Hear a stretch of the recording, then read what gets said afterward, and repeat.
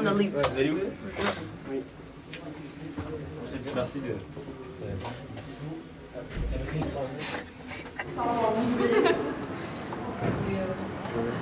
Il y a ce soir, voilà, ce soir il faut faire le spectacle. Merci de...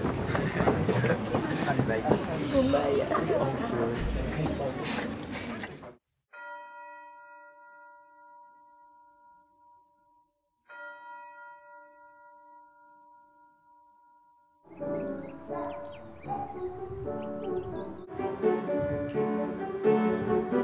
Je suis très honorée d'être à la direction artistique et pédagogique de cette école parce qu'elle a été fondée par une grande dame de la danse, Rosella Hightower, en 1961.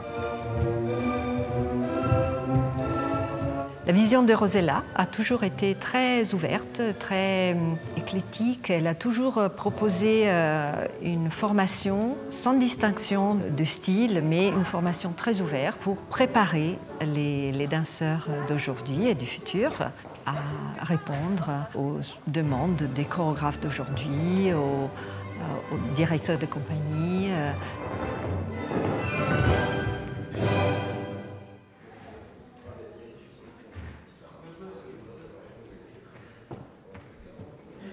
Je viens de Metz, en Lorraine, et du coup j'ai commencé la danse vers 8 ans. J'ai 17 ans depuis quelques jours. J'ai passé l'audition en avril 2018 ici, ainsi que le stage. Ça va faire ma 6e année, je suis en première, c'est l'équivalent d'NSP préparatoire dans le cursus artistique.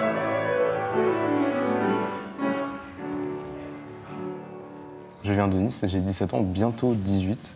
Et je suis en DNSP1, équivalent terminal pour les cours scolaires. Et comme Clément, je suis là depuis la première heure. Et cette passion de la danse, que je nourris ici depuis presque 7 ans, parce que c'est ma 7e année, eh bien, elle est toujours là et elle est toujours intacte en fait. On a des cours de danse classique et contemporaine toute la matinée. Le reste de l'après-midi, on a nos cours scolaires. Le soir, on retourne à des cours artistiques, donc ça dépend. Des fois, on a des ateliers contemporains ou les autres cours plus théoriques, comme l'histoire de la danse, la musique ou l'anatomie.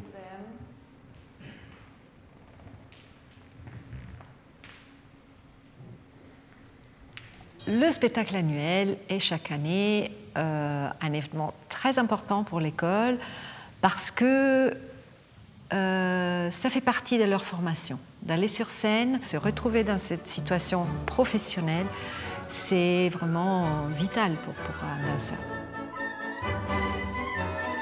Toutes les classes sont impliquées, de élémentaire 1, donc les enfants de 6e, jusqu'à la terminale.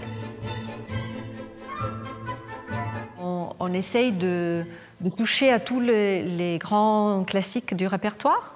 Donc, on a choisi Don Quichotte.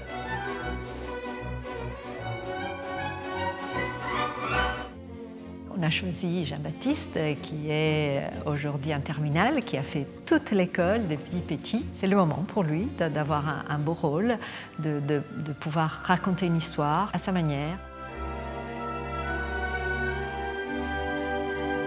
La préparation pour le rôle de Don Quichotte, c'est se détacher de ce qu'on connaît vraiment tout en essayant de garder une part de notre personnalité. On est jeune, c'est-à-dire qu'on se fait plein de soucis sur des petits éléments techniques, donc en plus de nous rajouter cette couche artistique d'interprétation, c'est un défi, c'est un challenge. J'ai joué le personnage de Sancho, qui est le compagnon de Don Quichotte. Comparé à l'histoire, ils l'ont un peu plus réinterprété, il a été plus vu comme un vagabond qui a vécu la vie dure et qui a croisé par chance le chemin de Don Quichotte. Et Don Quichotte l'a pris sous son aile comme un fils adoptif.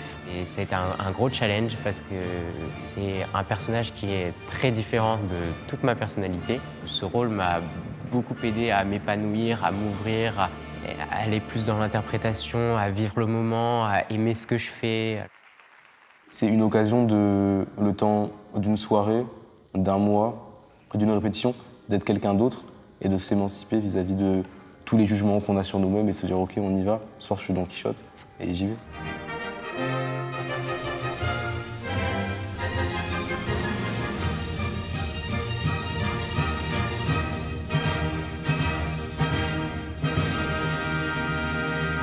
5, 6, 7, 8. 1, 2, 3, 4, 5, 6, 7, 8. OK.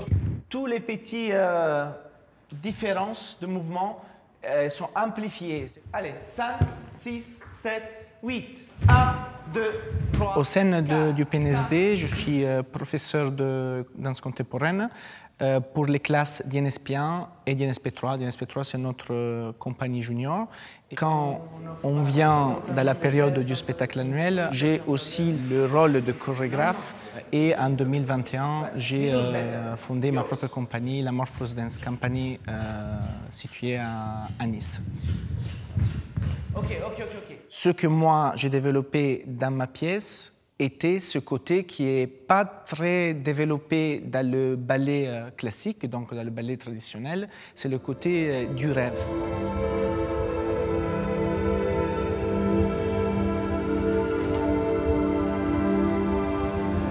Outside, maybe. Yeah.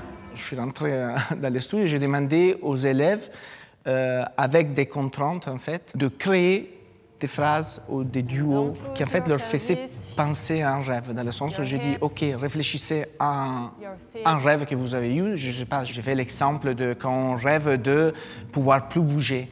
Donc, de prendre vraiment des situations concrètes de rêve et pouvoir les traduire dans un langage chorégraphique. Je ne voulais pas rentrer, donner les pas, OK, vous faites ça. Je voulais vraiment les intégrer et amener quelque chose de chacun dans cette pièce.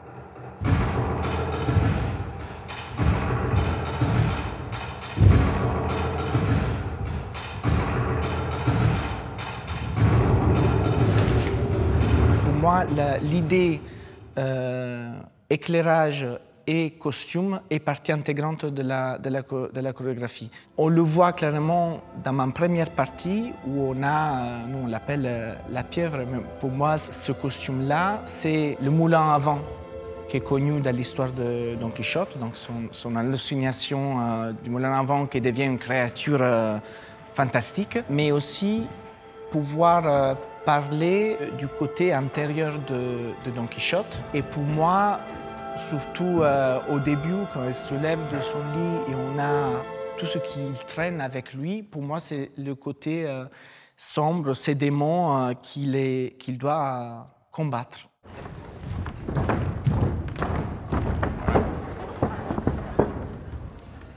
Les premières répétitions au théâtre, c'est une autre expérience en fait que dans les studios, c'est un autre partage, un autre type de communication. Il faut qu'on voit un peu plus. Parce que la scène, quand on monte une fois, c'est addictif. On n'a qu'une envie, c'est d'y retourner. Et malgré le stress qui est palpable, on est toujours très triste quand un spectacle se termine parce qu'on sait que, bien sûr, on redansera plus, mais surtout, on sera plus sur scène. Et cette sensation, elle est juste inoubliable.